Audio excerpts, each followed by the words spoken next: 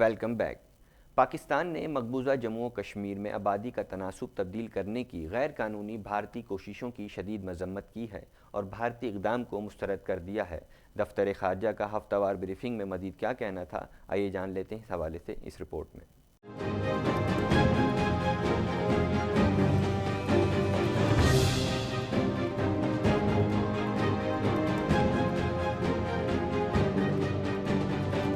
دفتر خارجہ کی جانب سے جاری بیان میں ترجمان دفتر خارجہ نے کہا کہ پاکستان مقبوضہ جموں کشمیر میں آبادی کا تناسب تبدیل کرنے کی بھارتی حکومت کی تازہ ترین غیر قانونی کوششوں کی شدید مذمت کرتے ہوئے انہیں مسترد کرتا ہے۔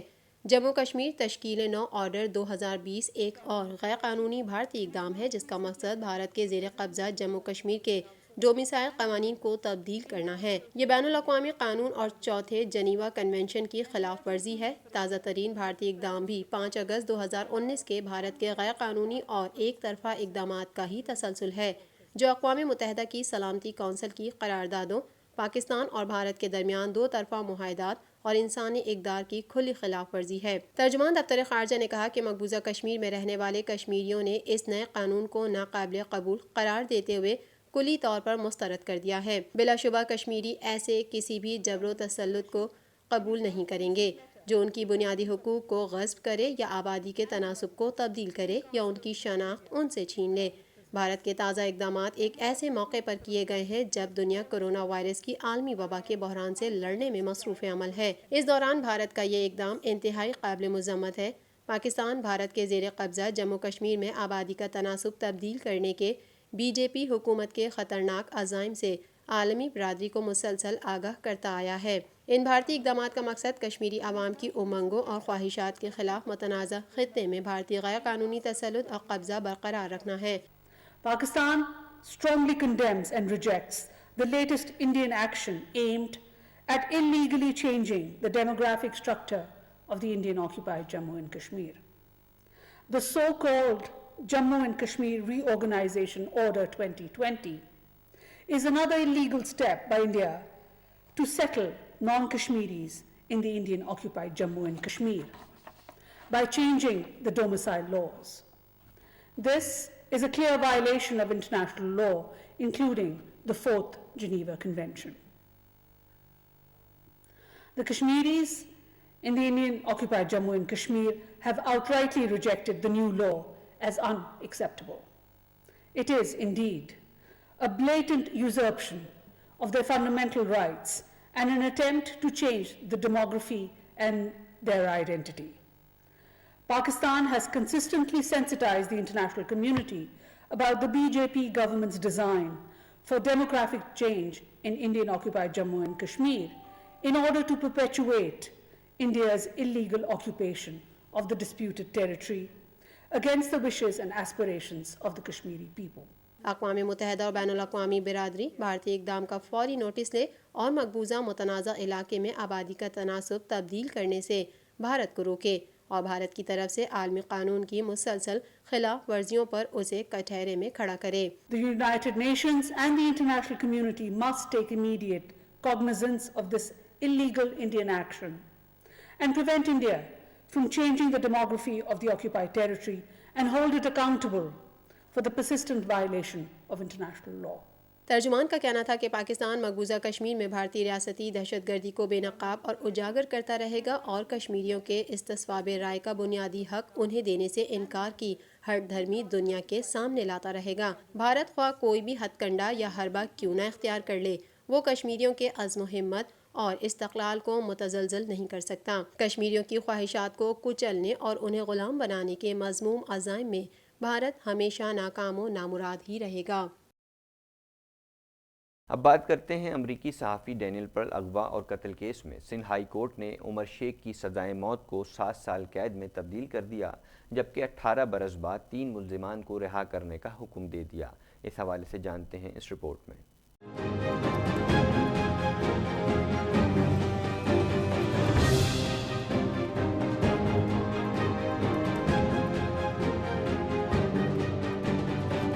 امریکی صحافی ڈینیل پرل کو 2002 میں کراچی سے اغوا کے بعد قتل کیا گیا تھا جس پر انسداد دہشت گردی کی خصوصی عدالت نے احمد عمر شیخ کو سزائے موت اور 3 مجرموں فہد نسیم، شیخ عادل اور سلمان ثاقب کو عمر قید کی سزا سنائی تھی۔ مجرمان کے وکلاء کے نہ ہونے کے باعث سماعت 10 سال تک ملتوی رہی، جبکہ پولیس مجرموں کے خلاف ٹرائل میں ٹھوس شواہد پیش نہ کر سکی۔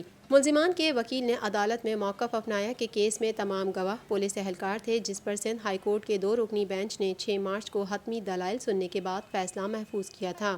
استغاثہ کی جانب سے مجرموں کی سزاؤں میں اضافے کے لیے بھی درخواست دائر کی گئی تھی۔ سندھ ہائی کورٹ کے 2 رکنی بینچ نے 4 مجرموں کی اپیلوں پر 18 سال بعد فیصلہ سناتے ہوئے 3 ملزمان کو رہا کرنے اور مجرم احمد عمر شیخ کی سزائے موت کو 7 سال قید کی سزا میں تبدیل کرنے کا حکم دیا۔ سندھ ہائی کورٹ کے باہر ملزمان کے وکیل ایڈوکیٹ خواجہ نوید کا میڈیا سے گفتگو کرتے ہوئے کہنا تھا کہ نسیم، ثاقب اور عادل شیخ کو عدالت نے باعزت بری کر دیا ہے، جبکہ عمر شیخ کی سزائے موت کو 7 سال قید میں تبدیل کیا گیا ہے۔ ایڈوکیٹ خواجہ نوید نے کہا کہ 20 سال بعد ثابت ہو گیا کہ ملزمان بے گناہ ہیں۔ قومی اسمبلی میں قائد حزب اختلاف شہباز شریف نے کہا ہے کہ وزیر اعظم کے خطاب نے قومی سلامتی کے اہم فیصلوں سے متعلق سوال اٹھا دیا ہے۔ حکومتی حکمت عملی واضح کی جائے، قومی سلامتی کمیٹی کا اجلاس بلا کر واضح کیا جائے کہ لاک ڈاؤن ہوگا یا نہیں۔ اس حوالے سے ان کا مزید کیا کہنا تھا، آئیے جانتے ہیں اس رپورٹ میں۔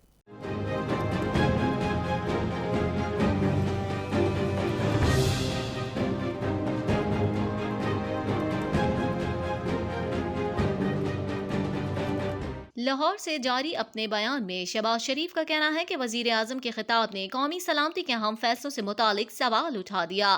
حکومتی حکمت عملی واضح کی جائے، قومی سلامتی کمیٹی کا اجلاس بلا کر واضح کیا جائے کہ لاک ڈاؤن ہوگا یا نہیں۔ شہباز شریف نے کہا کہ قوم کی جان بچانے کی قومی حکمت عملی بچوں کا کھیل نہیں۔ قوم کو شک میں ڈالنا انتظامیہ اور عوام کے لیے مسائل پیدا کرنے والی بات ہے۔ کورونا ریلیف فنڈ کی ترسیل کے لیے فوری پارلیمانی مانیٹرنگ کمیٹی تشکیل دی جائے۔ صحت کی قائمہ کمیٹی کا ویڈیو لنک پر فی الفور اجلاس بلایا جائے۔ برطانیہ میں زیر علاج سابق وزیر اعظم نواز شریف کو ان کے ڈاکٹروں نے کرونا وائرس سے بچنے کے لیے آئسولیشن اختیار کرنے کی ہدایت کر دی ہے۔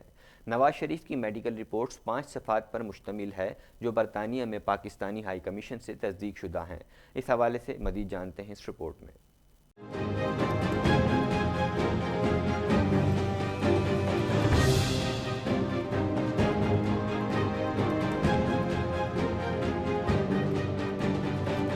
نواز شریف کی میڈیکل رپورٹس 5 صفحات پر مشتمل ہے، جو برطانیہ میں پاکستانی ہائی کمیشن سے تصدیق شدہ ہیں۔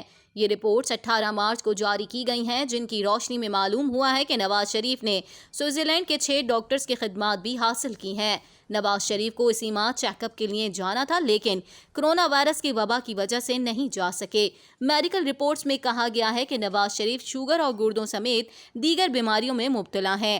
ان کی صحت تاحال خراب ہے، ان کے دل کو خون پہنچانے والی شریانیں مکمل فعال نہیں۔ بہتر علاج کے لیے وہ برطانیہ میں ہی رہیں۔ ڈاکٹروں نے نواز شریف کو ہدایت کی ہے کہ کرونا وائرس سے بچنے کے لیے آئسولیشن اختیار کریں، کیونکہ مختلف بیماریوں کی وجہ سے ان پر کرونا وائرس زیادہ جلدی اثر انداز ہو سکتا ہے۔ اب کچھ بات کر لیتے ہیں سونے کی بڑھتی ہوئی قیمتوں نے سونے کے خریداروں کو حیرت میں مبتلا کر دیا ہے۔ رواں ہفتے سونے کی قیمتوں میں ایک بار پھر اضافہ ریکارڈ کیا گیا۔ سونے کی قیمتوں میں 700 روپے کا مزید اضافہ ریکارڈ کیا گیا۔ مزید جانیں گے اس رپورٹ میں۔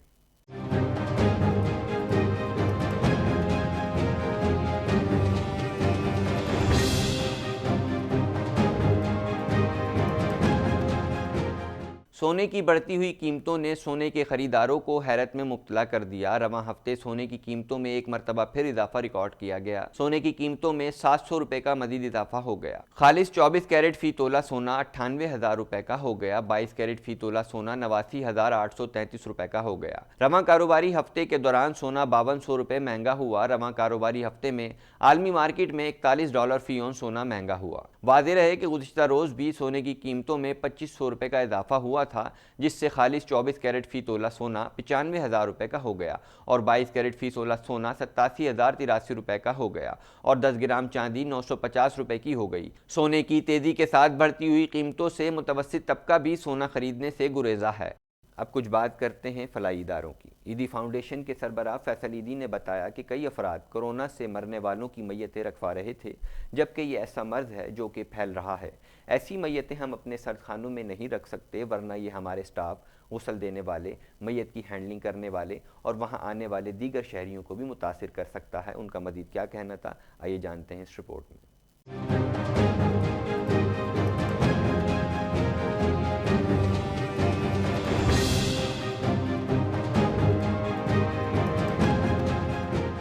عیدی فاؤنڈیشن کے سربراہ فیصل عیدی نے بتایا کہ کئی افراد کورونا سے مرنے والوں کی میتیں رکھوا رہے تھے، جبکہ یہ ایسا مرض ہے کہ جو کہ پھیل رہا ہے۔ ایسی میتیں ہم اپنے سرد خانوں میں نہیں رکھ سکتے، ورنہ یہ ہمارے سٹاف، غسل دینے والے، میت کی ہینڈلنگ کرنے والے اور وہاں آنے والے دیگر شہریوں کو بھی متاثر کر سکتا ہے۔ فیصل عیدی کا کہنا تھا کہ اس پھیلاؤ کو روکنے کے لیے ہم نے جمعہ کی شام سے ملک بھر میں اپنے سرد خانے بند کر دیے ہیں اور شہریوں سے اپیل کی ہے کہ وہ اپنے پیاروں کو خود ہی غسل دیں۔ عیدی فاؤنڈیشن کے سرد خانوں میں کسی بھی قسم کی کوئی خدمات فراہم نہیں کی جائیں گی۔ ایک سوال کے جواب میں انہوں نے بتایا کہ ملک بھر میں عیدی فاؤنڈیشن کے 8 سرد خانے ہیں، جن میں سے کراچی میں 3، حیدرآباد میں 1، کوئٹہ میں 1، رحیم یار خان میں 1، ملتان میں 1، جبکہ ایک سرد خانہ لاہور میں قائم ہے۔ اس کے علاوہ 50 سے زائد ایسے مراکز ہیں جہاں میتوں کو غسل دیا جاتا ہے۔ ناظرین کرام، پاکستان بھر سے شامل کی گئی ٹاپ سٹوریز سے ہم نے آپ کو آگاہ کیا۔ آئندہ ہفتے تک کے لیے مجھے اجازت دیجیے۔ آپ کا میزبان وقار حسین۔ اللہ نگہبان۔